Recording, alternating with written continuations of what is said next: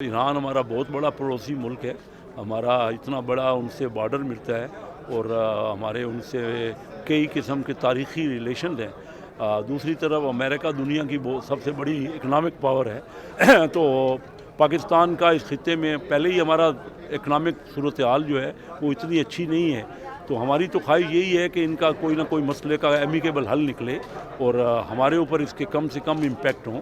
देखें जी, दुनिया के किसी खित्ते में भी कशीदगी होगी, एस्केलेशन होगी, हालात ख़राब होंगे तो हम उसकी बेहतरी की कोशिश करेंगे, उसकी बेहतरी के लिए अपना किरदार अदा करेंगे।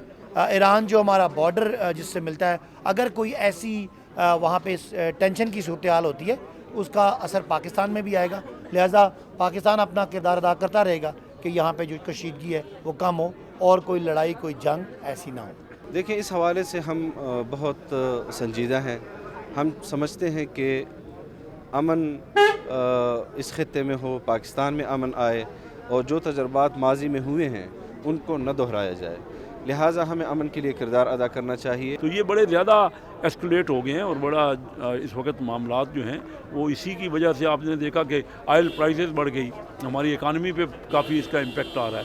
तो ये देखते हैं कि इन हालात में क्या है और हमें बड़ा गौर व गौश से और बड़े, मैं समझता हूँ तदब्बर से, ये जो आज फैसला हुआ है इसी तरीके से हमें पार्लियामेंट का इजलास, जॉइंट पार्लियामेंट्री सेशन होने चाहिए नेशनल असम्बली के और सेनेट के,